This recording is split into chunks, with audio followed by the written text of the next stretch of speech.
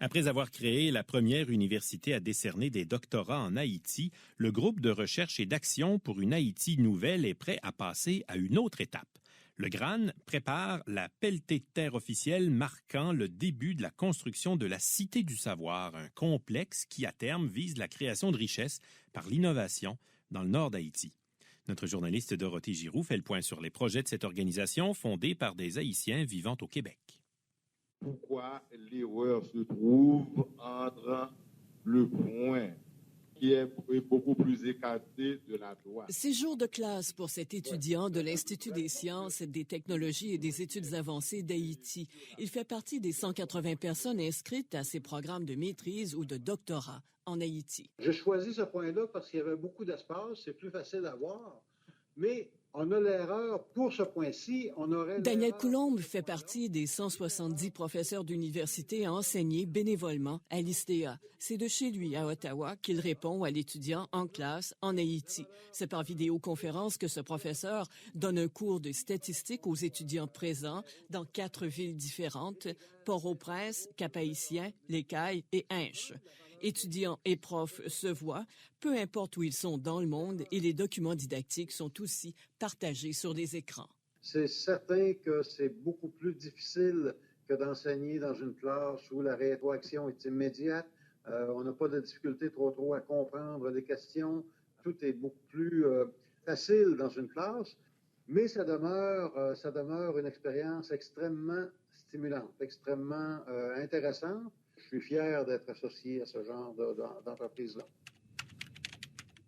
Cette université haïtienne à distance a été initiée par Samuel Pierre, professeur à Polytechnique et président de GRAN Monde. D'abord, c'est une université qui a la caractéristique de se concentrer au niveau d'études supérieures. On ne fait pas de premier cycle. On forme des gens au niveau DESS, diplôme d'études supérieures spécialisées, maîtrise et doctorat. Parce qu'on veut former la tête du pays. Parce que jusqu'à tout récemment, la tête du pays se formait à l'étranger. Ça veut dire que quelqu'un qui a un diplôme d'ingénieur, s'il veut faire une maîtrise en ingénierie, eh bien, il doit venir à Polytechnique, il doit aller en France, il doit aller aux États-Unis. Et c'est ça qu'on veut régler. Parce qu'un pays ne peut pas avoir son élite totalement formée à l'extérieur. Ça forme des élites qui sont très extraverties, qui sont formées sur tous les problèmes de tous les autres pays, sauf les problèmes du pays dans lequel ils vivent. Alors que, tels qu'on les forme aujourd'hui, ils sont formés dans le milieu, en restant proches de leur employeur, proches des préoccupations du milieu, et ils demeurent utiles à leur milieu. Les étudiants n'ont donc pas à s'expatrier. Ils se privent ni de leur famille, ni de leurs revenus, ni d'une éducation supérieure. S'ils n'ont pas de bourse d'études, ils paient un peu plus de 3 000 $ en droits de scolarité. La devise de l'ISTEA, c'est l'excellence au service du bien commun. Et ce que ça veut dire, tout le monde cherche l'excellence. Dans le monde entier, aujourd'hui, tout le monde cherche l'excellence. Cette excellence-là, à qui elle sert? Est-ce que c'est mis au service du bien commun ou c'est mis au service d'intérêts particuliers, souvent de clans?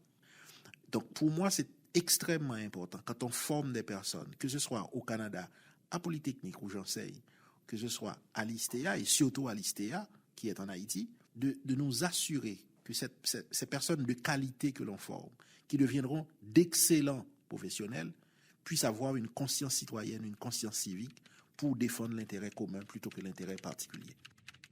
Devant un grand écran à son bureau à Montréal, Samuel Pierre pointe des étudiants qui assistent aux cours en Haïti et à qui j'ai posé des questions. Lui, il est à Hinche. Il s'appelle Père Rommel Eustache. Il fait son doctorat en sciences de la Terre et de l'atmosphère à l'ISTEA. C'est une chance, c'est une époque qui est ouverte vers un futur meilleur pour Haïti. Et je suis sûr que dans l'espace de 5 ans, 10 ans, eh bien, nous allons faire la différence. Edmond Bozil, elle est chef de parti politique. C'est la seule femme chef de parti politique en Haïti qui a fait sa maîtrise à l'Université de Montréal en sciences de l'éducation et qui fait son doctorat. Ce que fait ISTEA pour moi en Haïti est innovant et révolutionne l'enseignement supérieur. C'est comme un rêve pour moi, un rêve qui doit devenir réalité, un rêve qui doit s'installer dans nos mœurs comme nation. Mais la diaspora haïtienne voit plus loin et beaucoup plus grand. Le mois prochain, les créateurs de l'ISTEA vont procéder à la première pelletée de terre d'un vaste projet dans le nord d'Haïti, le pôle d'innovation du Grand Nord ou la Cité du Savoir. James Fétière, président de Gran Canada, explique le projet. C'est un concept qui relie des institutions d'études supérieures à tout l'aspect social et développement d'une région. Donc l'ISTEA sera le cœur de ce pôle, là où la connaissance sera produite. En fait, on veut créer un écosystème de la connaissance. Et cet écosystème de la connaissance, ce qu'il va faire, c'est qu'il va attirer de nouvelles personnes autour. Et tout ce qui va se faire, tout ce savoir qui va s'élaborer à l'ISTEA va servir à la région et va servir à créer des entreprises, va servir à supporter des entreprises qui existent.